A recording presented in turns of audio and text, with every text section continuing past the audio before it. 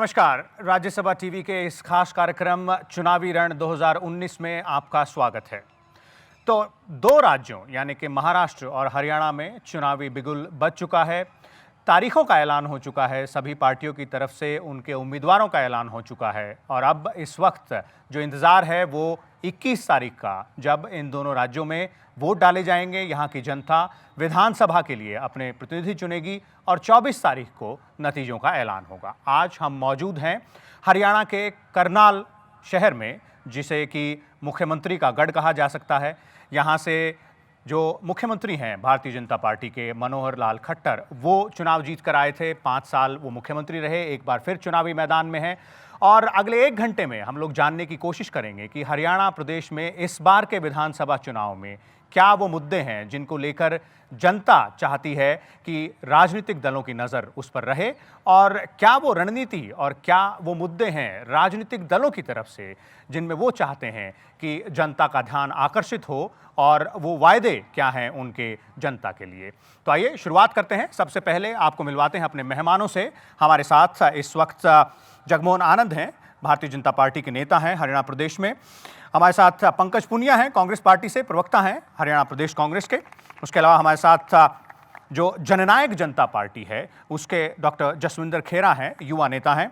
और Indian national Lokdal यानी कि इनेलो के हमारे साथ सुरजीत संधू हैं। और हमारे साथ एक वरिष्ठ पत्रकार भी मौजूद हैं इस वक्त, संदीप साहिल, जो कि अखबारों में लिखते हैं, पत्रिकाओं में लिखते हैं और काफ़ी पैनी और कड़ी नज़र रखते हैं हरियाणा के राजनीतिक घटनाक्रम पर। इसके अलावा हमारे साथ मौजूद है कुछ युवा साथी, कुछ बुजुर्ग लोग, बेसिकली वो जनता जिसको अपने मताधिकार का प्रयोग करना है। तो सबसे पहले रूलिंग पार्टी से शुरुआत करते हैं, वो पार्टी जिसे 5 साल बाद एक बार फिर चुनाव में दोबारा उतरना है, वोट मांगने हैं। जगमोहन जी, 5 साल आपकी सरकार रही इस प्रदेश में, क्या वो मुद्दे रहे जिन पर आपकी सरकार ने 5 साल काम किया, और अगले जो 5 साल हैं उसमें आपकी सरकार बने, इसके लिए आप जनता के पास क्या वायदे लेकर जा रहे हैं? देखिए, सबसे पहले तो मैं आपका स्वागत करता हूं, राज्यसभा टीवी का यहाँ स्वागत करता हूं कि वो जनता के बीच में जनता की आवाज़ उठाने के लिए आप हमारे करनाल शहर में पहुँचे। जो लगभग 5 साल हमने सरकार चलाई, सरकार जिस दिन से आई, सरकार का पहला मत ये था कि जनता को एक पारदर्शी शासन दिया जाए, ईमानदारी के साथ नौकरियां दी जाएं, भय भ्रष्टाचार खत्म हो। जो CLU की सरकार चलती थी, या यूँ कहें BBC की सरकार चलती थी, चाहे वो भ्रष्टाचार बदलियों में हो, चाहे वो भ्रष्टाचार CLU का हो, उन सिस्टम को बदलना, सत्ता में सिस्टम को परिवर्तन करना, उस सिस्टम से कामयाब होने के लिए ही हमारे को जनता ने चुना था। उस मेरिट के आधार पर हमने नौकरियां दी और उसका असर, और अगले 5 साल का जो हमारा कैसे किया जाए, अगर नौकरियों के हिसाब से एक उसको सिस्टम के उसको कैसे इम्प्लीमेंट किया जाए हो रहा है। पॉलीथीन बड़ा काम करना है, जल स्तर गिरता जा रहा है, उसको संरक्षित कर, तो उसके ऊपर हम लोग अगले 5 वर्ष को इम्प्लीमेंट करने का कोशिश करेंगे। जी, वो पारदर्शिता है। मैं पंकज पुनिया जी को लाना चाहूँगा। पंकज जी, 10 साल आपकी पार्टी की सरकार रही और उसके बाद जो 2014 का चुनाव हुआ उसमें काफ़ी करारी शिकस्त आपकी पार्टी को मिली। क्या 5 साल में आप लोग ये अंदाज़ा लगा पाए कि क्या वो बातें थी जिनको जनता ने पसंद नहीं किया, और ये जो चुनाव है इसमें क्या वो मुद्दे हैं जिनको लेकर आप भारतीय जनता पार्टी के सामने खड़े हैं अब दोबारा? देखिए विशाल जी, 2014 का चुनाव पूरा का पूरा झूठ पे लड़ा गया। जैसे अभी हमारे मित्र ने बात की कि भय और भ्रष्टाचार बात नहीं, 154 मुद्दों पे आप लोगों ने अपना मैनिफेस्टो जारी किया था। उसमें सारी तमाम बातें, चाहे स्वामीनाथन आयोग की बात थी, किसानों की आय डबल करने की बात थी, युवाओं को रोजगार की बात थी, समान अधिकार की बात थी, समान विकास की बात थी, बहुत सारे इतने सारे मुद्दे आपने जो एक इस तरह से आपने प्रदेश के अंदर दिखाए कि आप लोग बहुत कुछ उससे पहले लूट गया और बहुत कुछ आप देने वाले हो। हुआ क्या? अभी मित्र ने बात की नौकरियों में जिस तरह से इन्होंने आरोप लगाए, तो मैं इनसे ही पूछना चाहूँगा कि 5 साल आपने सरकार चलाई भाई, उससे पहले भी लोग नौकरियों के लेन देन में जेलों में हैं, तो आपने 5 साल में क्या आप एक आदमी को नहीं पकड़ कर पाए जिन्होंने नौकरियों को बेच दिया? आपके विधायक, आप आज करनाल मुख्यमंत्री का गृह क्षेत्र है, विधानसभा क्षेत्र है, आपके नज़दीक के विधायक ने आपके ऊपर आरोप लगाए कि सरकार हमारी सरकार में तो नौकरियां बिक रही हैं भैया, पर्ची मेरे से ले जाओ, खर्ची वहाँ देनी पड़ेगी, और आप बोल रहे हैं कि कांग्रेस में ये सब हो गया। आपने कोई एक मुझे जो आपने भ्रष्टाचार की बात की, हमने बार बार, चाहे वो गवर्नर साहब के माध्यम से हो, चाहे मुख्यमंत्री साहब को, हमने बार बार उनको अपने प्रस्ताव दिए कि साहब ये एक भ्रष्टाचार हो रहा है, चाहे उसमें आपने विपक्ष की कोई बात नहीं सुनी। आपके विधायक ने आरोप लगाए, गुड़गांव का आपका विधायक था, उन्होंने सरकार के ऊपर आरोप लगाए कि आपने मेट्रो का रूट चेंज किया और 10,000 करोड़ का यहाँ इस घोटाला हुआ है। आपके विधायकों ने आपके पूरे इकट्ठा होकर आपके सरकार के ऊपर आरोप लगाए। आपके हैफेड के चेयरमैन ने आरोप लगाए मंत्रियों के ऊपर कि कर्मचारी और मंत्री खुली लूट कर रहे। ये हम नहीं बोल रहे, ये आपके सरकार के लोग बोल रहे हैं। लेकिन पंकज जी, आपकी पार्टी इस बार के चुनाव में ये जो जनता है उसके लिए क्या वायदे हैं आपकी पार्टी? देखिए, वायदे हमने पहले भी, उससे पहले भी जो हमने मैनिफेस्टो जारी किया था, हमने जितनी अपनी मैनिफेस्टो में बात की, चाहे 2009 का चुनाव था, 2005 का चुनाव था, हमने तमाम वो वादे बिल्कुल पूर्ण रूप से पूरे किए। एक एक वादे डंके की चोट पे मैं कहता हूँ। लेकिन भारतीय जनता पार्टी ने 154 वादे जो अपने जनता के बीच रखे थे, जगमोहन आनंद जी यहाँ पे बैठे, वो विस्तार से सबको पढ़ के सुना दे, अगर उन्होंने आधे भी को पूरे किए हो। ये लोग कैसे सरकार चलाते? इन्होंने एक सबसे बड़ा वादा हरियाणा की जो भोली भाली जनता से किया था, हमारे बुजुर्गों के साथ किया था, पेंशन का। उसमें साहब क्या किया? हर साल 200 रुपये में जिस तरह से उनके साथ, अगर आप पहले दिन आप सरकार वादा करती है कि जब हम सत्ता में आएंगे तो पहले दिन से उसको लागू करेंगे। लेकिन आपने कहा था 100 दिन की सरकार, मोदी जी ने कहा था, लेकिन आप उन आंकड़ों को घुमा फिरा के 5 साल तक लटका कर लोगों को उल्टा लटका दिया। अब आज सवाल हम नहीं, प्रदेश की जनता, देश की जनता इनसे पूछना चाह रही है कि आपके झूठे वादे थे, वो दोबारा किस मुंह से आप प्रदेश की जनता के बीच में जाएंगे? जी, मैं जेजेपी और इनेलो के पास जाऊंगा, लेकिन उससे पहले जगमोहन जी, कई सवाल पंकज पुनिया जी ने खड़े किए हैं आपके 5 साल के कार्यकाल पे, जवाब देना चाहेंगे? जवाब तो जनता दे रही है, और जनता ने 5 साल इनको सत्ता से दूर रखा।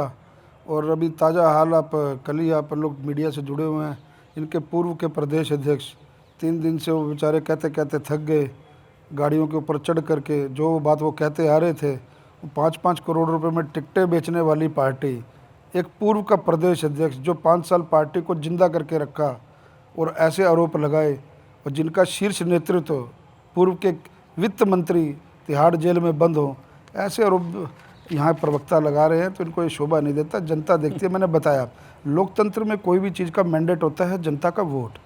हम लोग निगम के चुनाव में गए, हम लोग जींद के उपचुनाव में गए, हम अभी हाल ही में 3 महीने पहले लोकसभा के 10 की 10 सीटें ली। उसी जनता ने हमारे को वोट दिया है।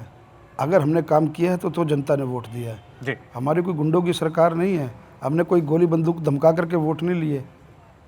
हम लोगों ने जनता के बीच में विश्वास जनरेट किया। उस विश्वास का नतीजा है कि अब ये जो 75 पार का हम जो नारा दे रहे हैं, जनता अपना आशीर्वाद देगी। जी, पंकज जी, मैं आपके पास बाद में आऊंगा, लेकिन पहले सिर्फ 10 सेकंड का गुंडों पे बात करना चाहूंगा। आप दोनों राष्ट्रीय पार्टियां, पंकज जी, आप दोनों राष्ट्रीय पार्टियां जरूर हैं, लेकिन यहाँ पर 2 क्षेत्रीय दल भी मौजूद हैं, और उतना ही हक और उतना ही समय उनका भी बनता है। डॉक्टर जसविंदर को लेकर आना चाहूंगा। डॉक्टर साहब, आपकी युवा पार्टी है, नई पार्टी है, आप स्वयं युवा नेता हैं।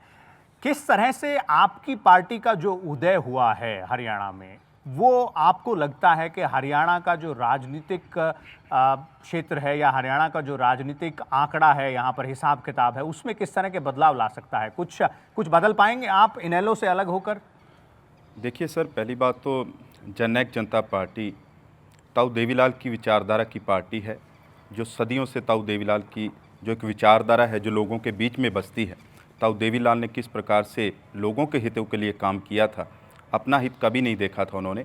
उसी राह पर चलते हुए माननीय दुष्यंत सिंह चौटाला, पीछे 2014 के इलेक्शन में आपने देखा होगा कि मैं यहाँ हरियाणा की बात करूँ और फिर करनाल की बात करूँ, फिर कुरुक्षेत्र की बात करूँ, यहाँ से 10 MP चुनकर गए थे, और केवल मात्र एक ही ऐसे सांसद थे, दुष्यंत सिंह चौटाला, जिन्होंने हरियाणा हित की बात की। चाहे वो किसानों की बात हो, व्यापारियों की बात हो, युवाओं की बात हो, छात्रों की बात हो, हर मुद्दे को दुष्यंत सिंह चौटाला ने बड़ी गंभीरता से उठाया और उसे हल करवाने का काम किया। सर, हम चाहते हैं कि हमारा हरियाणा प्रदेश खुशहाल हो, यहाँ पर स्वास्थ्य सेवाएं अच्छी हों, यहाँ की शिक्षा की सेवाएं अच्छी हों, यहाँ के युवाओं को अच्छे रोजगार के साधन उपलब्ध हों।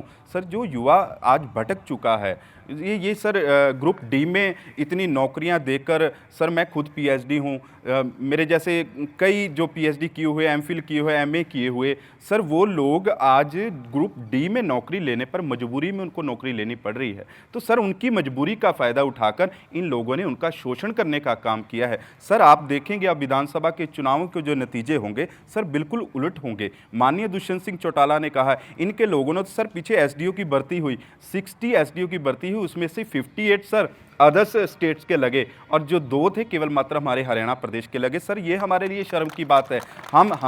हम ये चाहते हैं, दुष्यंत सिंह चौटाला जी ने एक जो अपना सबसे पहले उन्होंने कहा है कि जिस दिन मैं चंडीगढ़ की गद्दी पर बैठूंगा, अपने हरियाणा प्रदेश के युवाओं के लिए 75% उनके लिए आरक्षण, उनके लिए कानून बनाकर मैं एक ऐसा कानून बना दूंगा कि हमारे स्टेट्स को 75% रोजगार मिलेगा और जितने बाकी 25% है वो अदर स्टेट को। तो सर ये एक बड़ी बात है, एक अच्छा विजन है। इस गंदी राजनीति को बदलने के लिए दुष्यंत सिंह चौटाला जी हरियाणा प्रदेश में निकले हैं। सर जी, चलिए तो देखते हैं किस तरह का आपकी पार्टी का प्रदर्शन रहता है इस चुनाव में और कितना आप लोग सफल हो पाते हैं जनता को अपने तरफ खींचने में। सुरजीत संधू हमारे साथ हैं इस वक्त, भारतीय राष्ट्रीय लोकदल के नेता हैं। संधू साहब, ठीक चुनाव से कुछ महीने पहले आपकी पार्टी के 2 हिस्से हो जाना, क्या कितना बड़ा झटका वो है और क्या इस वक्त आपको लगता है कि आपकी पार्टी अभी भी उस मजबूत स्थिति में है जिस मजबूत स्थिति में इनेलो को हमेशा से हरियाणा की राजनीति में देखा जाता रहा एक क्षेत्रीय दल के रूप पर? देखिए, इंडियन नेशनल लोकदल पार्टी ने बहुत सारे नेता बनाए और बहुत सारे नेता पार्टी छोड़कर के भी चले गए। इस बार भी हमारी पार्टी ने फिर से नेता खड़े कर दिए और खड़े करने का काम कर रही है। आज युवा साथी जो इलेक्शन लड़ने का काम कर रहे हैं, ऐसी बात नहीं है हमारे पास नेता नहीं है। इंडियन नेशनल लोकदल पार्टी ने बहुत बड़े बड़े नेता इस देश को भी दिए और प्रदेश को भी दिए हैं। तो मैं यही कहना चाहूँगा कि हमारी पार्टी का सीधा सा स्पष्ट सा रुख है, जो पार्टी के लिए काम करेगा वो पार्टी का नेता है, जो पार्टी छोड़ करके जाएगा जाए तो जाए, पार्टी परवाह नहीं करती इन चीज़ों के लिए। नेता अपना काम करेगा। हमारी पार्टी का शीर्ष नेतृत्व तो बहुत मजबूत है और हमारी पार्टी के जो साथी हैं, हमारे वर्कर हैं, बहुत मजबूत हैं। और इस चुनाव में आपका क्या रणनीति है? क्या आप जनता के लिए क्या वायदे? हम जनता के लिए युवाओं की बात करें, रोज़गार की बात करें, रोज़गार देने का काम करेंगे। आज स्वास्थ्य जो बिल्कुल जीरो पे जा चुका है, सुविधाएं स्वास्थ्य नाम पे नहीं है। हमारे यहाँ पर कल्पना चावला अस्पताल तो बना दिया गया है, लेकिन उसके अंदर ना डॉक्टर है ना मेडिकल कोई सुविधा है। तो बुजुर्गों के लिए पेंशन की बात हमारी सरकार, हमारे ताऊ दिलवाल जी ने लगाई थी, उसको भी हम बढ़ाने का काम हम ही करेंगे। अगर दोगुना करने का काम करेंगे वो भी हम ही करेंगे। किसान की बात आती है, किसान के लिए काम करने की बात आती है, वो भी अगर करेगी तो इंडियन नेशनल लोकदल पार्टी की ही करेगी और किसी के बस की बात नहीं है। क्योंकि इंडियन नेशनल लोकदल पार्टी ज़मीन से जुड़ी हुई पार्टी है, आम 36 बिरादरी की पार्टी है। जी, तो चलिए अब ये भी देखने वाली बात होगी कि कितनी तवज्जो इंडियन नेशनल लोकदल को इस चुनाव में मिलती है। इस वक्त मेरे साथ संदीप साहिल अभी मौजूद हैं, वरिष्ठ पत्रकार हैं। संदीप, 2 सवाल और एक के बाद एक मैं सवाल पहले ही दोनों पूछ लेता हूं। पहला तो ये कि इस वक्त जो हरियाणा की राजनीतिक स्थिति है और जिस तरह से अभी हमने सुना, चारों जो ये दल हैं, 2 राष्ट्रीय दल और 2 क्षेत्रीय दल, उनके जिस तरह से वायदे भी हैं, तो जनता के लिहाज से क्या महत्वपूर्ण है और राजनीतिक लिहाज से अगर देखें तो क्या स्थिति है हरियाणा में इस वक्त? देखिए सर, 2 बातें हैं जो 2 सवाल आपने पूछे हैं। जनता के बीच में जब लीडर्स जाते हैं, कोई भी चुनाव होता है, कोई किसी भी समय का चुनाव देख लो, तो जनता, मैं मान के चलता हूँ कि जो खामोश मतदाता होते हैं, जो साइलेंट वोटर्स होते हैं, वो पहले से मन बना चुके होते हैं और वही जितवाते भी हैं और वही हरवाते भी हैं। साइलेंट वोटर्स पे ही सब कुछ निर्भर करता है। जो लोग आपको भीड़ में या कहीं और दिखाई देते हैं, क्षमा करें, वो ज़्यादातर कुछ लोग तय नहीं करते, या तो कुछ लोग समर्थक होते हैं या फिर लोग उनके साथ चलते हैं। एक वेव होती है, वेव के साथ भी लोग चलते हैं, लोग लगातार उनको महसूस भी करते हैं। लोग 5 साल 10 साल जो सरकार जिसकी भी होती है उसके पक्ष में भी महसूस करते हैं, उसके विपक्ष में भी महसूस करते हैं। लोग इतने सयाने हैं, लोग इतने बारीक हैं कि वो ये भी लोग ये नहीं कह सकते कि आजकल लोगों को राजनीतिक नॉलेज नहीं है। आज के लोगों को राजनीतिक नॉलेज भी है। आज के लोग चौपालों पे, अब वो ग्रामीणों वाली बात जो पहले हम कहा करते थे जी ग्रामीण बैठ जाते हैं हुक्का लेके, वो बैठते थे बुजुर्ग, वो भी आज भी बैठते हैं। लेकिन आज एजुकेशन का बड़ा असर है। राजनीति जो है अब प्रोफेशनलिज्म की ओर है, टारगेट्स की ओर राजनीति है, सब कुछ बदला बदला सा है। तो ऐसे बदले हुए माहौल में पब्लिक बहुत ज़्यादा सयानी है और पब्लिक अपना व्यू बना चुकी होती है। सब कुछ जो हो रहा होता है, जैसे विधानसभा चुनाव है अब, कि हम ये काम कर रहे हैं, ये रैलियां कर रहे हैं, पब्लिक का मन पहले बन चुका है और पब्लिक ने जहां मोहर लगानी होती है वो प्रीवियस सारा सिस्टम देख के उस पर मोहर लगाती है। और पिछले आप 15-20 साल का इतिहास देख लो। मैं 87 की बात करूंगा, चौधरी देवीलाल के समय की। जी। चौधरी देवीलाल के समय में हमारे एक बड़े सीनियर साथी थे, वो हमारे बड़े बुजुर्ग बड़े हैं, तो वो किसी बड़े लीडर के पास थे, चौधरी बंसीलाल जी के पास। तो उन्होंने कहा कि ये भाई अब की बार तो उनकी सरकार थी, उन्होंने कहा भी हम जीतेंगे इस बार। तो उन्होंने कह दिया कि नहीं जी इस बार आप जीत नहीं रहे। तो उनको बड़ा गुस्सा आ गया, उनको जीत कैसे नहीं रहे भाई। तो पता चला कि वो बात सही निकली और चौधरी देवीलाल ने जो है 87 में बहुत बड़ी लहर आई और जीत गए वो। तो समय आया और पेंशन योजना थी, उनका अपना वो था। ऐसे ऐसे हर पार्टी का एक समय होता है, एक काल होता है और पब्लिक भी हर चीज़ को विचरण करती है, देखती है और उसी हिसाब से मैंडेट करती है। जो पार्टियां अच्छा काम कर रही होंगी, जिसकी छवि अच्छी होगी, जिसकी विश्वसनीयता अच्छी होगी, जो लोगों को छू लेगा, जो लोगों को महसूस करेगा कि हमारे लिए अच्छा काम करेगा, तो उसको बताने की जरूरत नहीं है। मुंशी प्रेमचंद कहा करते थे कि अगर आपके जीवन में सच्चाई है, अगर पार्टी में सच्चाई है, अगर पार्टी के कैंडिडेट में सच्चाई है, तो उसको बताने की, दर्शाने की जरूरत नहीं है, लोग खुद उसको वोट देंगे। मुझे लगता है ये बात सबसे सही है। जी, तो इस बार के चुनाव में हरियाणा में ये भी देखने लायक होगा कि किस तरह से जनता जो है वो किस ओर झुकती है। और जैसे कि संदीप जी कह रहे थे, एक मशहूर फिल्मी डायलॉग भी है कि ये पब्लिक है, ये सब जानती है और ख़ासतौर पे राजनीतिक समझ आज की दौर में जनता की बहुत है। तो जनता की तरफ चलते हैं और कुछ सवाल मुझे लग रहा है कि जनता के पास ज़रूर होंगे। सबसे पहले उधर चलते हैं। जी हेलो, डॉक्टर वीरेंद्र लाठर जी। मेरा सभी दलों से एक निवेदन है और सवाल भी है कि पिछले 20 साल में किसानों का शोषण जिस तरह से किया है, इसके बारे में ये जरा बताएं कि किसानों का शोषण कब रोकेंगे और कैसे रोकेंगे। जी। आज मंदी की बात हो रही है, मंदी जब रुकेगी जब किसान की खुशहाली आएगी, और किसान की खुशहाली आएगी समर्थन मूल्य कानून बनाने से। ये खाली बातों से नहीं आएगी इनकी। जी, तो चलिए सबसे देखिए बहुत महत्वपूर्ण सवाल है और सभी पार्टियों से है। और ख़ासतौर पे लाठर साहब ने कहा है कि पिछले 20 साल से, यानी कि आप सब लोग, ख़ासतौर पे आप तीनों पार्टियां, इनेलो, कांग्रेस और भारतीय जनता पार्टी भी, आप सबकी सरकार रही है। प्रदेश की बात करते हैं, किस तरह से जगमोहन जी जो किसानों का मुद्दा है उसको किस तरह से आप लोग टैकल करेंगे, क्योंकि काफ़ी महत्वपूर्ण है। और हरियाणा की बात हो और किसानों की बात ना हो, ऐसा तो हो नहीं सकता। नहीं, देखिए हरियाणा एक कृषि प्रधान देश है, जिसको प्रदेश भी कहा जाता है और देश भी कहा जाता है, और जहाँ दूध दही का खाना है उसके बारे में बड़ा मशहूर। और लाठर साहब का बहुत महत्वपूर्ण सवाल है, इसमें कोई दो राय नहीं है। जो अन्नदाता है उसकी उन्नति, उसकी प्रगति हो, उसके लिए भारतीय जनता पार्टी कितनी सीरियस है। मैं तो अपनी पार्टी के काम गिनवाऊँ, मैं पिछले 20 साल की 15 साल किसकी सरकार रही, वो क्या रही। हम लोगों ने 5 साल में किसानों के उत्थान के लिए काफ़ी काम किया है। भावांतर भरपाई योजना हमारी सरकार ने दिया, ताकि लागत मूल्य, अगर उसकी फसल ख़राब हो जाती है, मंडी में भाव कम है, तो उसको ऑनलाइन उसको भाव रेट मिल जाए, चाहे वो फसल टमाटर की हो, चाहे वो मटर की हो, चाहे वो आलू की हो। उसके बाद जो सबसे बड़ी फसल बीमा योजना, एक फसल बीमा योजना के तहत हम लोगों ने करीब 1200 करोड़ रुपए अगर किसान की फसल खराब हुई है उसमें भी दिए हैं, चाहे वो प्राकृतिक आपदा रही हो, चाहे किन्हीं भी कारण रहे हों।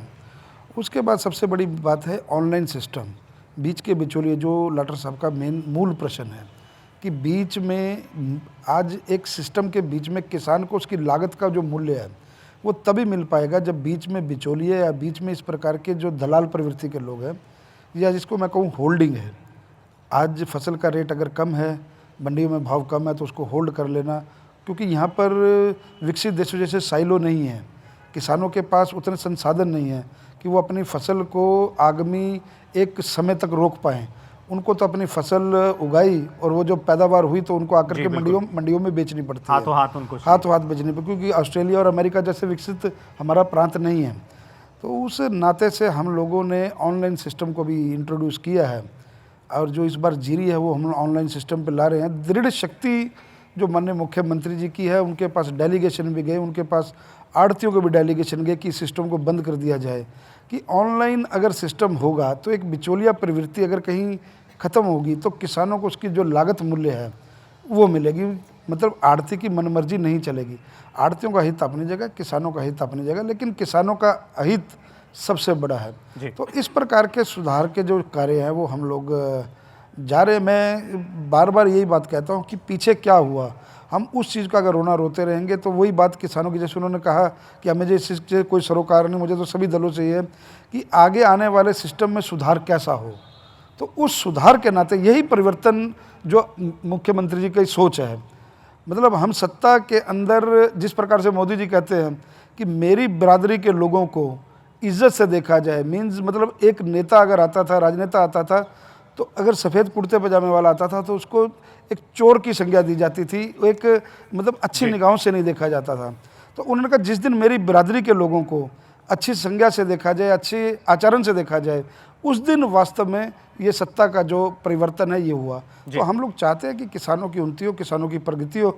उस दिशा में आने वाले 5 साल में भी हम महत्वपूर्ण कदम उठाएंगे ताकि हमारे किसान जो हमारे अन्नदाता हैं उनको हम अच्छे से उनकी लागत के मूल्यों के अनुसार अपना भरपाई कर सके। पंकज जी, आपके पास क्या जवाब है लाठर साहब के सवाल का? किसानों की जो मूल प्रॉब्लम है, जो उनकी सबसे बड़ी दिक्कत है कि उनको समर्थन मूल्य मिले, अपनी फसल का वाजिब दाम मिले, उसके लिए आपकी अगर सरकार आती है तो आप क्या करेंगे प्रदेश में? देखिए दहिया साहब, बहुत किसान को लेकर के बहुत बड़ी राजनीति इस देश और प्रदेश में लगातार चलती आ रही है और मैं समझता हूँ कि इस पर एक सार्थक सोच रखने की ज़रूरत है। आज हो क्या रहा है, जब हमारी सरकार 2005 से पहले दूसरी दल की सरकार थी तो किसान की चाहे ज़मीन, किसान 2 तरह से मर रहा था, चाहे उसकी किसान की ज़मीन के रेट थे और 2.5 लाख 3 लाख में उसके किला एक्वायर कर लिया जाता था। हमने उसको आसमान पे पहुंचाने का काम किया। हमारी सरकार में 50-50 लाख, 20-20 लाख, 25 लाख से कम हमने उसमें रिक्वायरमेंट को उसको बंद किया और उसको एक तरह से किसान को वहाँ पे राहत देने का काम किया। फसल के रेट की बात थी, जब हमारी सरकार आई तो चाहे गेहूं का रेट था, धान का रेट था, उसको हमने पहले साल दूसरे साल में डबल करने का काम किया। जो हमने कहा हमने किया, लेकिन सबसे मूल विषय आज ये है कि इतना कुछ आज किसान मर रहा है। जैसे अभी जगमोहन जी ने बहुत महत्वपूर्ण बात रखी कि फसल बीमा की इन्होंने बात रखी। ठीक है, आज किसान को बिल्कुल उसका नुकसान होता है तो उसकी कोई सुनवाई नहीं है। आज सरकार भी ये भले ही कितना राग पीट ले, फसल बीमा के नाम पे आज किसान के साथ सबसे बड़ा धोखा हुआ है। अगर हम सिर्फ 2 इनके वित्तीय वर्ष की बात करें तो 53,000 करोड़ से ज़्यादा प्रदेश के अंदर इन्होंने किसानों से इकट्ठा कर लिया और दिया कितना? 34,000। अब इन्होंने भावांतर योजना की बात की। एक मुझे बता दे भावांतर योजना में एक फसल का रेट ये मुझे बता दे किसान को उसका जायज़ मिला हो। दूसरी इन्होंने बात की, देखिए इन्होंने ऑनलाइन सिस्टम की बात की। आज ना किसान ऑनलाइन चाहता, ना व्यापारी ऑनलाइन चाहता। ये कौन सा ऑनलाइन है भाई? ये सिर्फ भारतीय जनता पार्टी का तो ऑनलाइन हो सकता है, आज किसान और व्यापारी को तो इसकी जरूरत नहीं है। लेकिन अगर किसी तरह का कोई सिस्टम लागू नहीं, किया सिस्टम गया, मैं बता रहा उससे- हूँ, मैं उससे आपको अगर किसान सिस्टम को भी फायदा हो रहा है मैं तो आपको उसमें क्या दिक्कत? नहीं बिल्कुल नहीं, मैं सिस्टम भी बता रहा हूँ। आप सिस्टम लेके आइए। आप जब सरकार से बाहर थे, आपने सड़कों के ऊपर नंगे हो के प्रदर्शन किया था, आपने किया था स्वामीनाथन आयोग की आपने बात की थी, किसान की आय को दुगना 50 गुना करने की बात की थी, आपने किया। तो उसके साथ कुछ भी नहीं, आपने वादा किया था स्वामीनाथन आयोग का, लेकिन आपने 5 साल जाने के बाद भी केंद्र में आपकी दोबारा सरकार आ गई। स्वामीनाथन आयोग की रिपोर्ट तो पंकज जी आपकी सरकार हमारी, मैं मानता हूं, पहले ही आ चुकी मैं थी, मानता हूं, मैं मानता हूं हमने किसान के लिए आयोग बनाया, उसकी जांच करवाई, ठीक है, उसको नहीं लागू कर पाए। मैं मानता हूं ये बिल्कुल, क्योंकि मैं किसान का बेटा हूं, किसान के दर्द को समझ सकता हूं। मैं इस बात को मानता हूं, आज किसान सबसे ज्यादा मर रहा है, लेकिन उसको छल कौन रहा है? उसको भारतीय जनता पार्टी ने ठगा है, भारतीय जनता पार्टी ने उसको छला है। आज किसान को बिल्कुल सच्चाई में जरूरत है। आज ये करते क्या है, यूरिया और डीएपी का रेट का तो उसको कम कर देते, उसमें से नीचे से घटा देते। आज पेस्टिसाइड कंपनियों को इन्होंने इतना हजारों करोड़ रुपए का फायदा पहुंचाया है। चलिए, अभी दो दल और हैं हमारे साथ और एक दोनों ही दलों के जो नेता हैं वो चौधरी देवीलाल जो थे उनके सिद्धांतों पर चलने की बात कर रहे हैं आप दोनों पार्टियां, और उनके सिद्धांतों को लेकर जनता के बीच जा रहे हैं। और चौधरी देवीलाल को किसानों का बहुत बड़ा नेता माना जाता था। तो आप दोनों से जानना चाहूँगा एक एक करके, किसानों की जब बात आती है तो आप लोगों के पास क्या हल है उनकी दिक्कतों का? देखिए सर, अगर किसानों की बात आती तो सबसे पहले मैं बीजेपी और अपने कांग्रेस के दोनों से पूछना चाहता हूं कि इन्होंने बड़ा चिल्ला कर कहा था कि जिस दिन हमारी सरकार बन जाएगी फर्स्ट डे से हम स्वामीनाथन आयोग की रिपोर्ट लागू कर देंगे और किसानों का जो उनका भाव है वो सही मिलना शुरू हो जाएगा।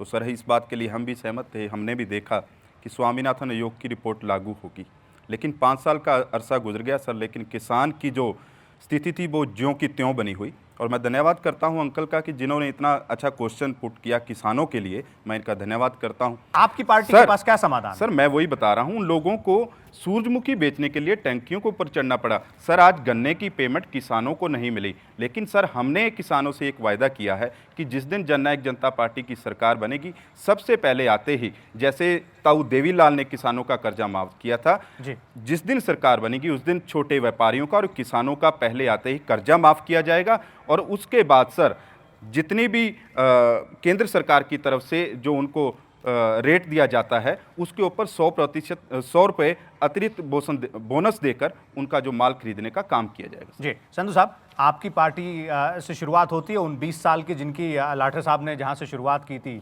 सन 2000 से, और किसानों की पार्टी आपने अभी थोड़ी देर पहले अपने पहले जवाब में कहा था कि किसानों की पार्टी है आपकी। किस तरह से करेंगे इस मुद्दे का समाधान? देखिए, इंडियन नेशनल लोकदल पार्टी आम गरीब की किसान की पार्टी है। ज़्यादा सिस्टम किसान लोग नहीं जानते, वो अपने घर से चलते हैं, अनाज लेके जाते हैं, मंडी में दुकान पे जाके उतार देते हैं। आज ऑनलाइन की बात होती है, ऑनलाइन का जो गैप है उसको जिम्मेदार समझता ही नहीं। ऑनलाइन में है क्या, ये कहते क्या हैं कि फसल आएगी उसकी पेमेंट कहाँ जाएगी, डायरेक्ट किसान को जाएगी। लेकिन जब किसान के घर शादी होती है, किसान के घर कोई खर्चा होता है, कोई बीमारी आती है, तो पैसे लेने कहाँ जाएगा? किसान के पास इतना पैसा नहीं है। आज सरकार किस तरह से लूट रही है, और जो बीच के मीडिएटर जो हैं, जो सेलर वाले, वो कैसे लूट रहे हैं कि मान लो आज समर्थन 1800 रुपये है समर्थन मूल्य, वो 1400 रुपये 1200 रुपये में उसको लेते हैं। जो बीच का गैप 600 रुपये जा रहा है वो कहाँ जा रहा है? वो सेलर वाले के पास जा रहा है। और ये मिलीभगत से होता है सरकार के साथ, अकेला मिलर वाला ऐसा नहीं कर सकता।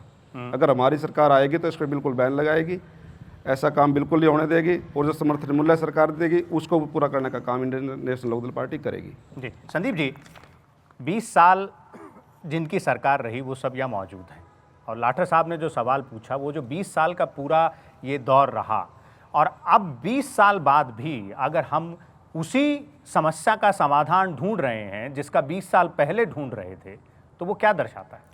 बस में वादे प्यार वफा सब बातें हैं बातों का। बात ये है कि मैं इसमें आंसर किसी पे कोई एलिगेशन नहीं लगाता, क्योंकि मैंने ईश्वर की दया है, मैंने हर सरकार में काम किया, देखा है मैंने सबका वर्क। मैं सिर्फ इतना ही कहना चाहूँगा कि जब कोई भी रिपोर्ट जो लागू होती है, मैं पिछले 20 साल से शुरू करता हूँ उससे ही, जब कोई रिपोर्ट लागू नहीं होती है, मान लो हम स्वामीनाथन आयोग की बात करें, सर ने बात की, कोई भी मतलब, तो उसमें कुछ टेक्निकल खामियां होती हैं, और शीर्ष नेतृत्व किसी भी पार्टी का होता है, उस पर वो चिंतन मंथन कर रहा होता है। जैसे मैं किसी पॉलिटिकल आदमी का बात नहीं करता, मैं इसी कॉलेज में जब था 25-26 साल पहले, 27 साल पहले की बात होगी, तो मैं मंच पे था, तो एक लीडर आए हुए थे, तो मैंने उनसे कहा कि मगर सर वो चुनाव आने वाले हैं, वो सड़क आप बनवा देते। तो मैं स्टूडेंट था उस समय, तो मैंने कहा कि सड़क आप बनवा देते। तो बोले कि यार उनका चुनाव आने दे, दो एक महीने के पहले मैं शुरू कर दूंगा, लोगों ने याद रहेगा उनका। तो चलो वो नहीं चलो मैं वो बात नहीं करता, मैं किसी पे कटाक्ष नहीं कर रहा, बात सुनिए आप जी। मैं एनालिटिकल कर रहा हूँ, मैं ये भी बताने जा रहा हूँ कि हर शीर्ष नेतृत्व, हर किसी भी पार्टी का शीर्ष नेतृत्व उसको बेहतर करने की सोचता है। वो ये भी सोचता है कि जनता के बीच में हम दोबारा जब जाएंगे तो उनको फेस करना पड़ेगा, उनको वो करना पड़ेगा, उनको जनता फेस करेगी। क्योंकि जनता को फेस कहना, मेरा सवाल पूछना और मेरा जवाब देना, दोनों में अंतर है। मैं सवाल तो बहुत ज़्यादा पूछ सकता हूँ, खड़े हो गए यहाँ पे आपसे 20-25 और सवाल करूँ, मेरा वर्क है ये सवाल पूछना, लेकिन जवाब देना, उस जिम्मेदारी के साथ उसको कर पाना, ये बड़ा मुश्किल होता है। तो मैं इसको फिर इसी बात से ख़त्म करता हूँ कि कुछ तो मजबूरियाँ रही होंगी, यूं ही कोई बेवफा नहीं होता, जी तो चाहता है बहुत के सच बोलें, क्या करें हौसला नहीं होता। जी, तो उम्मीद इससे यही की जा सकती है कि ये सभी जो राजनीतिक पार्टियां, सब लोग काम करते हैं, और मेरे को लगता है, जो मेरे को सभी लोग वो करें, मुझे लगता है कि आने वाले जो 5 साल हैं उसमें जो भी सरकार आएगी, जो लीडिंग पार्टी जो पिछले विनिंग पार्टी भी रही है और वो भी है। मुझे लगता है कि कुछ उम्मीद अगर कोई भी पार्टी आई तो इस बार, क्योंकि किसान बड़े उसमें है, किसान का मुद्दा, कोई भी पार्टी आई वो इसको मुद्दे को जरूर उठाएगी, जरूर करेगी पूरा, क्योंकि इस बार मुद्दा यही है। जी, तो मतलब किसानों के मुद्दे पे उम्मीद की जा सकती है कि जो भी विजयी होगा इस चुनावी रण में शायद उसके पास उस समस्या का और बेहतर तरीके से समाधान हो। हम एक बार फिर से जनता के पास जाना चाहेंगे। जी, पीछे मुझे एक हाथ दिखाई दे रहा है। मैं कांग्रेस पार्टी से ये पूछना चाहता हूँ, आज तक आपने राज किया था, आपकी पार्टी का एक बहुत बड़ा वित्त मंत्री जो देश का दिल होता है वो जेल के अंदर है, और आप किस मुंह से इलेक्शन लड़ने आए हो? जी पंकज जी, भ्रष्टाचार काफी बड़ा मुद्दा है और देखिए हर चुनाव में भ्रष्टाचार मुद्दा रहता है। और ये संदीप जी मेरे साथ यहाँ मौजूद हैं। संदीप जी ने इतने सारे चुनाव देखे होंगे, सिर्फ हरियाणा की बात नहीं है, बाकी किसी प्रदेश में चले जाइए, राष्ट्रीय स्तर के चुनाव देख लीजिए, भ्रष्टाचार हमेशा एक मुद्दा रहता है। उन्होंने जो सवाल पूछा है वो भी, और उसके अलावा बाकी आप सब लोग जो बैठे हैं, सभी राजनीतिक दलों के नेता हैं, क्या ये कारण है कि हर चुनाव दर चुनाव भ्रष्टाचार फिर भी मुद्दा ही है? देखिए विशाल जी, अभी बहुत महत्वपूर्ण बात साथी ने करी, और लेकिन वो भावुकता में एक बात बोल गए कि आपके वित्त मंत्री, हमारे तो वो पूर्व वित्त मंत्री, चलो भगवान, भारतीय जनता पार्टी की वजह से जेल में, भ्रष्टाचार की वजह से नहीं है। देखिए, आरोप और प्रत्यारोप लगते रहेंगे राजनीति में, ये आप सब लोग भी मानते हैं। जब तक आप लोग राजनीति में रहेंगे तब तक आरोप एक दूसरे पर लगाते रहेंगे। लेकिन भ्रष्टाचार का जो मुद्दा है, मूल सवाल ये है कि वो मुद्दा हर चुनाव में क्यों सर उठाता है? क्या उस मुद्दे से निजात नहीं पाई जा सकती? आज जिस प्रकार से पंकज जी कह रहे थे कि भाई वो कांग्रेस की वजह से है, देश में न्यायालय है, बात अपनी रख सकते हैं। न्यायालय ने उनको अपना सम्मान किया, उनको उनके तथ्य देखे। जब देश के वित्त मंत्री, जो खजाना मंत्री होता है, इन प्रकार के लगभग सत्ता में रहते हुए आधा दर्जन मंत्री जेल की हवा खाते रहे, आधा दर्जन। तो आज सबसे बड़ा कारण क्या, भ्रष्टाचार का मुद्दा इसलिए आता है। आज 5 साल में जिस प्रकार से इन्होंने जो बातें गिनाई, क्या एक भी भ्रष्टाचार का आरोप प्रदेश के मुख्यमंत्री के ऊपर है? एक पेन की निब जितनी, वो जो हम बोलते हैं ना, बिंदु पे भी नहीं है। दूसरी बात, किसी मंत्रिमंडल के ऊपर, व्यक्ति के ऊपर नहीं लगा। आरोप लगाने और आरोपों को सिद्ध करना, इन दो बातों में फ़र्क है। तीसरी बात इन्होंने कही कि भाई पार्टी, ये देश जा किधर रहा है। मैं पंकज से पूछना चाहता हूँ, इनके शीर्ष नेतृत्व था, जिस गुट से ये आते हैं, मैं बार बार आपको ये कह रहा हूँ, जिस गुट से आते हैं वो तंवर साहब का गुट था। उन्होंने, आपकी न्यूज़ की हेडलाइन है कि 5-5 करोड़ रुपए में टिकट बेची। पार्लियामेंट में जब वो एक सवाल पूछ रहे होते हैं, वो पूछते हैं पार्टी किधर गई, और आज टीवी पे ट्रोल हो रहा है कि पार्टी बैंकॉक चली गई। शीर्ष नेतृत्व राहुल गांधी चुनावों को बीच में छोड़ करके बैंकॉक जा रहे हैं। बैंकॉक का आप भी अभिप्राय समझ सकते हैं, बैंकॉक क्या करने व्यक्ति जाता है। देखिए विशाल जी, मैं इनका पॉइंट टू पॉइंट मैं आंसर देना चाहूँगा। इन्होंने बहुत गंभीर बात की, बहुत गंभीर व्यक्ति है, भारतीय जनता पार्टी बहुत गंभीर पार्टी है। इन्होंने बात की संविधान की, मौलिक अधिकारों की, न्यायपालिका की, आप भ्रष्टाचार की आपने बहुत जो बात की थी कि ये कैसे खत्म होगा। देखिए अब, और इन्होंने भी बात की थी जगमोहन जी के, मुख्यमंत्री के ऊपर निब जितना भी आरोप नहीं है। भैया आरोप कौन तय करेगा? जब आपकी सरकार चली जाएगी, हम खोद के लेके आएंगे। आपके मुख्यमंत्री ने, आपके मंत्रियों ने कितनी लूट हरियाणा में, जो डबल, जो आप 60 साल हरियाणा में जो कर्जे की बात करते थे, जो 60,000 करोड़ से आप आज 1,20,000 पहुंच गया, 1.5 लाख पे जो कर्जा पहुंच गया, वो पैसा गया कहाँ है? वो निब के द्वारा मुख्यमंत्री और प्रदेश की जनता उसको चूसने का काम किया है। जी, डॉक्टर खेरा, आप एक युवा नेता हैं, नई पार्टी है आपकी, भ्रष्टाचार शायद इतना पुराना मुद्दा है जितने हम सब लोग यहाँ बैठे हों। देखिए सर, एक्चुअल में जब से देश आज़ाद हुआ, ये भ्रष्टाचार का मुद्दा जो भी सरकार आई है उसमें हमेशा से रहा है।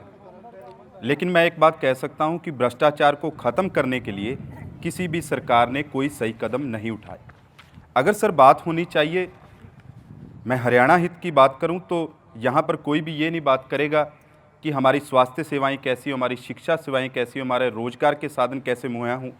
सर हम सीएम सिटी में बैठे हैं, यहाँ पर अगर आप देखोगे, क्राइम रेशो उठाकर देखेंगे, पूरे हरियाणा का आप उठाकर देखोगे, सबसे ज़्यादा क्राइम सर सीएम सिटी में होता है। इसकी जिम्मेवारी सीएम साहब को लेनी पड़ेगी। और सर मैं दूसरी बात कहूं तो माननीय चीफ मिनिस्टर जी ने कहा था कि हमारी सरकार बनेगी, हम स्पोर्ट्स एकेडमी बनाएंगे, स्पोर्ट्स यूनिवर्सिटीज़ बनाएंगे और प्रदेश में अच्छी अच्छी हर जगह पर मेडिकल यूनिवर्सिटीज़ बनाएंगे। सर मैं इनसे पूछना चाहता हूं वो कहाँ गई स्पोर्ट्स यूनिवर्सिटीज़, वो कहाँ गए मेडिकल कॉलेज, वो कहाँ गई यूनिवर्सिटीज़ जो बच्चों के लिए बनानी थी। डॉक्टर साहब, एक आपने काफ़ी महत्वपूर्ण बात की और मैं जगमोहन जी को लाना चाहूँगा, एक सवाल पूछना चाहूँगा इससे पहले कि मैं वापस जनता के पास जाऊँ, और वो है कानून व्यवस्था से जुड़ा हुआ मुद्दा। कानून व्यवस्था को लेकर जिस तरह डॉक्टर खेरा कह रहे हैं, उसी तरह बाकी विपक्षी दलों ने भी 5 साल में काफ़ी आरोप आपकी सरकार पर लगाए। देखिए, कोई भी जब सत्ताधारी दल सत्ता में होता है तो विपक्ष के पास मुद्दे क्या होते हैं? विपक्ष ज़ोर ज़ोर से चिल्लाएगा कानून व्यवस्था खराब है, मेडिकल कॉलेज नहीं खुले, क्राइम हो गया, CM सिटी है। मेरे मित्र मेरे पड़ोस के अपना जो सा सिटी से आते हैं, कुरुक्षेत्र से आते हैं, इन्होंने बोला मेडिकल यूनिवर्सिटी नहीं खुली। इनकी नॉलेज के लिए दीनदयाल उपाध्याय मेडिकल यूनिवर्सिटी गोरंडा के बाद इतनी बड़ी खुली है। आज इस प्रकार की अगर बातें करेंगे और एक कानून व्यवस्था का उन्होंने प्रश्न उठाया कि कानून व्यवस्था CM सिटी को उनको जिम्मेवारी लेनी पड़ेगी। अगर जिम्मेवारी ली है तो तभी कानून का राज है। आज कोई गुंडों को यहाँ राज नहीं है। जिस प्रकार से जिस दल से इनका उदय हुआ है, फैक्ट्रियों के आगे गड्ढे खोदे जाते थे, उनके रास्ते बंद किए जाते थे। आज दादाजी को छोड़कर ये परदादाजी को साझा करने में लगे हैं। आज मतलब अब देखिए राजनीति जा किस रही है, क्योंकि दादाजी के ऊपर आरोप भ्रष्टाचार के, वो जेल में है, तो दादाजी को बीच में से फोटो हटा दी, पर दादाजी पर चले गए। निश्चित ही देवीलाल जी ने बहुत काम किया, देवीलाल जी का हम सम्मान करते हैं, हमारा शीर्ष नेतृत्व सम्मान करता है। किसान का मेरे वर्ग के लिए जो उन्होंने काम किया है वो अतुलनीय है, उसको भुलाया नहीं जा सकता। लेकिन जो उनके आगे सुपुत्र ने किया है, वो जो कृत्य किया, तभी आज पार्टी के 2 फाड़ हुए हैं। जी, फिर एक बार जनता के पास चलते हैं और पीछे कुछ युवा साथियों के पास चलेंगे, उनके पास कुछ सवाल हैं। किसान और भ्रष्टाचार से आगे बढ़ते हैं। जी सर, मेरा नाम कार्तिक है। डिजिटल और ऑनलाइन की जब बात करते हैं, हम सब सेफ भी फील करते हैं, मगर अब Punjab and Maharashtra cooperative bank जैसे आपने सुना भी होगा डूब गया है, तो किसी का पैसा सेफ तो है नहीं, तो किसान भी जो पैसा ऑनलाइन करेगा उसकी क्या गारंटी है कि वो डूबेगा नहीं? हालांकि राष्ट्रीय स्तर का मुद्दा है, लेकिन क्योंकि चुनाव है हरियाणा में और जनता जानना चाहती है और खासतौर पे युवा वर्ग जानना चाहता है कि डिजिटल एज में जा रहे हैं, वो तो ठीक है, लेकिन उसकी साइबर सेफ्टी, साइबर सिक्योरिटी की जो हम हमेशा बात करते रहे हैं जगमोहन जी। इन डिबेट्स का तभी फायदा है जब इस प्रकार के प्रश्न उठते हैं और जनता के बीच में से उठते हैं। सम्मान करता हूँ मैं इस युवा साथी का जिसने इस प्रकार के प्रश्न किए। जब हम आज नई जनरेशन जो हमारी जो पढ़ लिख करके और आज एक साइबर क्राइम का हम बहुत बड़ा जो संगठित ऑर्गेनाइजेशनल साइबर क्राइम है उस ओर अपना बढ़ रहे हैं कि भी जिस प्रकार से डिजिटलाइजेशन पूरे देश में हो रहा है विदेशों की तर्ज पर, और उस प्रकार से आम कंज्यूमर का, आम नागरिक का, चाहे उसमें किसान हो, चाहे उसमें व्यापारी हो, चाहे उसमें युवा साथी हो, चाहे उसमें कोई गृहिणी हो, उनका पैसा किस तरह से सेफ रहे। जिस प्रकार से इन्होंने कोऑपरेटिव बैंक की बात की, कहीं ना कहीं अभी टेक्निकल तौर पर खामियां हैं। उसे सिस्टम है, जिस प्रकार से आपने कहा कि राष्ट्रीय मुद्दा है और राष्ट्रीय मुद्दे को किस प्रकार से दुरुस्त किया जाए, ये सारी चीज़ों में इस दिशा में है हम लोग बढ़ रहे हैं। अभी आपने लेटेस्ट, इनको मालूम ही होगा क्योंकि अगर युवा साथी ने इतना प्रश्न उठाया, अभी लेटेस्ट ही हम लोगों ने पिछले 4 महीने में जी 4-5 जो नेशनलाइज बैंक का उनका क्लस्टर बना करके एक ही बैंक किया है। देश का पैसा सेफ रहे और देश में किस प्रकार से लोग यहाँ की जनता का पैसा मार करके विदेशों में ना जाएं, उसके ऊपर जो कानून बनाए गए या उसको जो पकड़ा गया, वो आकर के भारतीय जनता पार्टी की सरकार ने किया। मैं आपके माध्यम से इस युवा साथी को धन्यवाद करता हूँ और एश्योर करता हूँ कि इस दिशा में भारतीय जनता पार्टी की सरकार बिल्कुल कटिबद्ध है और हम लोग ऐसे सिस्टम बना रहे हैं ताकि आम आदमी का पैसा बिल्कुल सेफ रहे। जी, समय थोड़ा सा कम होता जा रहा है, तो एक बार फिर वापस पीछे चलते हैं। कुछ युवा साथी हमारे पास पीछे हैं। जी नमस्कार जी, मैं यहाँ पर CM सिटी का निवासी हूँ। मैं सरकार से ये प्रश्न पूछना चाहता हूँ कि यहाँ पर इन्होंने कितने कारखाने और कितने लोगों को रोजगार दिया है? काफ़ी महत्वपूर्ण सवाल है जगमोहन जी, और यही सवाल एक दूसरे तरीके से बाकी जो दल बैठे उनसे भी पूछा जा सकता है कि उनके पास किस तरह की तैयारियां होंगी अगर वो इस चुनाव में जीतते हैं तो क्या वायदे रहेंगे। लेकिन आपने 5 साल रोजगार और जो इंडस्ट्री है उसको बढ़ावा देने के लिए क्या किया? देखिए, हम लोगों ने सक्षम योजना जो चलाई है, 100 घंटे मिनिमम युवा साथी जो हमारे ग्रेजुएट हैं उनको मिले। एक सक्षम योजना के अंदर आज करीब करीब आप मानेंगे हर ज़िले के अंदर 5 से 10 हज़ार बच्चे सक्षम योजना का लाभ उठा रहे हैं। उस योजना के तहत अगर उनको कोई और नौकरी मिल जाती है, नौकरी मतलब उनकी मेरिट लिस्ट के ऊपर वो अगर पढ़ के लग जाते हैं, ताकि वो 7-8 हज़ार रुपये का जो खर्चा जो उनका अपना पढ़ाई का खर्चा है वो घर वालों के ऊपर बोझ ना बने, वो अपना खर्चा उससे निकाल लें। रही बात कारखानों की, जो कारखाने पहले से मृत प्राय हो चुके हैं उनको संजीव करना, उनको सिस्टम में लाना, उनका जो मोनेटाइजेशन है, नए लोग नए उसमें वर्कर्स किस प्रकार से आएँ, उसकी एक कंक्रीट योजना इन 5 सालों में हम लोग बनाने वाले हैं, ताकि आम जो युवा साथी हैं उनको रोजगार मिल सके। जी पंकज जी, आप रोजगार की बात कर रहे थे, किस तरह से सवाल ये है, जिस तरह से जगमोहन जी कह रहे थे, 5 साल अगर आपकी सरकार आती है, इस चुनाव में आप क्या वायदे कर रहे हैं जनता को, कैसे आएंगे रोजगार? अगर आप कह रहे हैं कि 5 साल इन्होंने नहीं किए तो आप कैसे करेंगे? देखिए विशाल जी, सबसे बड़ी बात दुर्भाग्यपूर्ण हरियाणा में क्या हुआ है, शिक्षा नीति पे बिल्कुल काम नहीं हुआ है। तबादलों का जो इन्होंने बनाया था उस पर भी इनके सारे अध्यापक विरोध कर रहे हैं, आपने स्कूल बंद कर दिए। उसके बाद जो नौकरियों की अगर हम बात करें, जिस तरह से बेटियों को, हमारे बच्चों को 200-200 किलोमीटर तक दौड़ाया जा रहा है और वो रास्ते में मर रहे हैं, तो सबसे पहले तो उसको बंद करने की जरूरत है कि उनको ज़्यादा वहाँ पे 200 किलोमीटर 150 किलोमीटर का सफ़र ना करवा के नज़दीक के स्टेशन उनको दिए जाए। पहली बात, इस सरकार में जितने भर्ती हुई है उसका हर पेपर लीक हुआ है, हर पेपर लीक हुआ है, बड़ी से बड़ी भर्ती का पेपर लीक हो जाता है। तो ये सबसे पहले तो इस जो ये भर्ती लीकेज जो मामला है, जो ये नेक्सस जो भारतीय जनता पार्टी में नया शुरू हो गया कि हर पेपर को लीक करके और उसको आप उसको लिस्ट भी आउट कर दो, रोजगार भी दे दो, तो इसको बंद करेंगे ईमानदारी के साथ। जिसका पेपर क्लियर है उसको रोजगार देंगे। ऐसे आरोप तो आपकी जब सरकार रही तब उसके दौरान भी लगे, उनकी सरकार रही तब उसके दौरान। विशाल जी, हम तो कह रहे हैं आपकी सरकार है, आप जांच कराओ, अगर ऐसा कुछ हो उनको अंदर दो। आपकी सरकार में स्टाफ सिलेक्शन बोर्ड के कमीशन के दफ्तर में छापा पड़ता है, आपकी सरकार में अधिकारी पकड़े जाते हैं, आपके विधायक आपके ऊपर आरोप लगाते हैं नौकरियों में, आप बिना पर्ची खर्चे की बात करते हैं। ये तो सारा काम भारतीय जनता पार्टी के टाइम में। हमने तो कहा आप क्यों नहीं, और देखिए मजे की बात क्या है, जो भी पेपर से होता है सरकारी नौकरियों के लिए, लीक होने से पहले उसका पता भी लगता है, लेकिन आप फिर भी उसका रिजल्ट देते हो और उनको नौकरियों को लगाते हो, तो क्यों नहीं रोकते और आप दोबारा से पेपर करवाते हैं? संदीप जी, रोजगार, शिक्षा और स्वास्थ्य, ये 3 बहुत महत्वपूर्ण मुद्दे हैं, लेकिन जिस तरह से देखिए राजनीति है, चुनाव का माहौल है, तो ये भी ज़रूरी होगा कि सब एक दूसरे के ऊपर आरोप जरूर लगाएंगे, लेकिन अगर जनता के नज़रिए से देखें और इन मुद्दों के नज़रिए से भी देखें, तो आपको क्या लगता है किस तरह से हरियाणा की राजनीति में इन 3 मुद्दों का महत्व रहा है, रोजगार, शिक्षा और स्वास्थ्य? बहुत बड़ा महत्व है जी, और बेसिक मैं कहता हूँ नींव है ये, और जब नींव के पत्थर मजबूत होते हैं तभी जो है घर अच्छा बनता है। और ये मुद्दे आज के नहीं हैं, ये मुद्दे बहुत पुराने हैं, क्योंकि हम विकासशील देश से हैं और विकसित देशों की श्रेणी में नहीं आते। हम विकासशील राज्य से हैं और विकसित राज्य की नज़र में भी नहीं आते। अभी हो रहा है नहीं, जी संदीप जी, मैं बात कर रहा हूँ भाई साहब, आपकी बात कर रहा हूँ जी संदीप जी। तो जो तीनों मुद्दे हैं, इन तीनों मुद्दों पे जब शुरू से काम शुरू हुआ, जो गति है उस गति में अभी और तीव्रता की ज़रूरत है। और ये तीव्रता समय के साथ साथ जैसे जैसे सरकारों में मूवमेंट और बढ़ेगी, सरकारें आएंगी, लोग जागरूक और होंगे, एजुकेशन और बढ़ेगी, ज्ञान और बढ़ेगा, डिजिटल की बात जैसे चल रही थी, हमारी नई पीढ़ी जैसे आगे आ रही है, जैसे अब जो हमारी पीढ़ी थी उससे जो अगली पीढ़ी आ गई है उसमें और बहुत सा चेंज है। जो मेरे से पहली पीढ़ी थी उसमें कुछ और बात थी, तो बहुत सा चेंज, बहुत सी बातें जो नए दौर में आ रही हैं उसके साथ समय के साथ साथ चेंज होगा। लेकिन इसमें राजनीतिक जागरूकता बहुत ज़रूरती है, राजनीतिक जागरूकता बहुत ज़रूरी है। जैसे जैसे राजनीति जागरूक होगी, जैसे जैसे लोग जागरूक होंगे, जनता जागरूक होगी, वही मैंडेट बनाती है और वही मैंडेट बनाएगी। मतलब नए नज़रिए से इन सब चीज़ों की देखने की ज़रूरत है। समय बहुत कम है हमारे पास, लेकिन एक आखिरी राउंड जनता के पास जरूर जाते हैं। लगातार कुछ 2-3 सवाल पूछेंगे, कई सारे सवाल हैं। जी आपसे शुरू करते हैं। जैसे जिस प्रकार से 4800 पोस्ट पे 15 लाख फॉर्म भरे जा रहे हैं, तो मैं पूछना चाहता हूँ कि मुख्यमंत्री जी भी बोलते हैं कि सरकारी नौकरी सबके लिए नहीं है और सबको दे भी नहीं सकते। तो मैं जगमोहन जी से पूछना चाहता हूँ कि आप प्राइवेट सेक्टर में, हेल्थ में, एजुकेशन में किस प्रकार से उद्योग को, किस प्रकार से प्राइवेट सेक्टर में रोजगार विकसित करेंगे?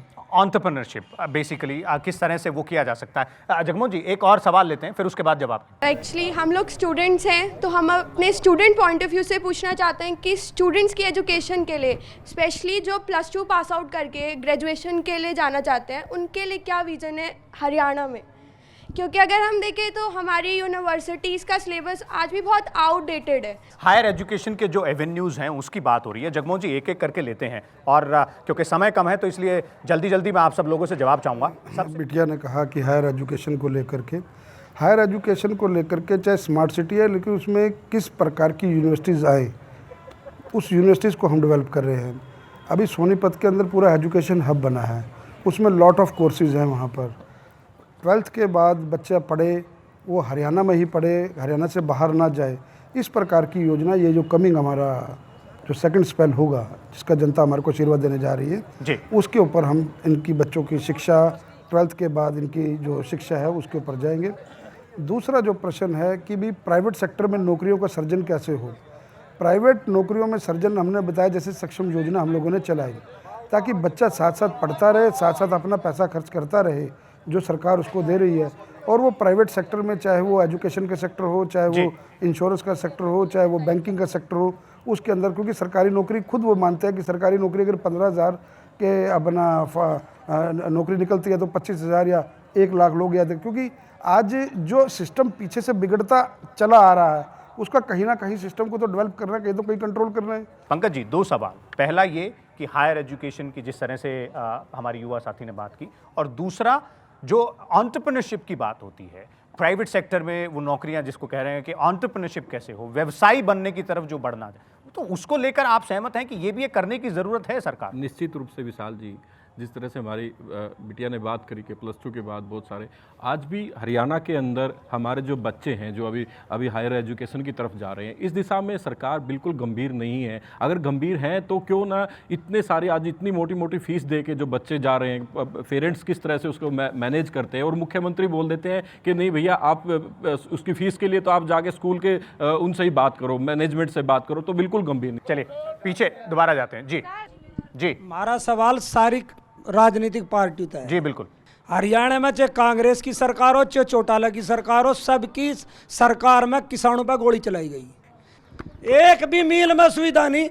जिस टाइम चुनाव आए 2 दिन पहले पत्थर लगा दिया, पता नहीं वो पूरा होगा नहीं होगा। जो कार्यक्रम का जो समापन है वो उसी सवाल से हो रहा है जिस सवाल से हमने शुरुआत की थी, किसान। क्योंकि हरियाणा और किसान दोनों एक दूसरे के पहलू हैं। अगर आप सीधे एक छोटा बिल्कुल जगमोहन जी के 5 साल अगले जो रहेंगे, किसानों के लिए क्या आपकी सरकार का वो रहेगा, प्राथमिकता रहेगी, और क्या आप करेंगे? और ठीक इसी तरह सब लोग, मैंने पहले भी बताया आपको कि किसानों के लिए हम लोग, जो हमारे अन्नदाता, उनके लिए सरकार हमेशा से गंभीर रही है। हमने पिछले 5 वर्षों में कई कंक्रीट योजनाएं इनके लिए बनाई।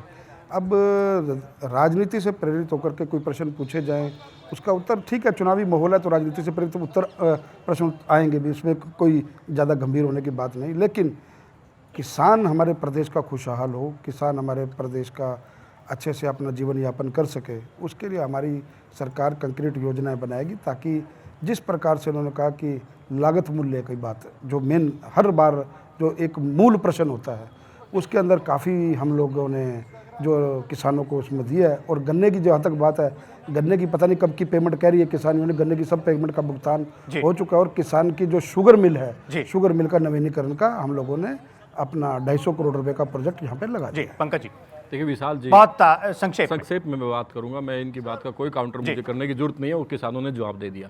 देखिए किसान की आज जो माली हालत है वो बद से भी बदतर है।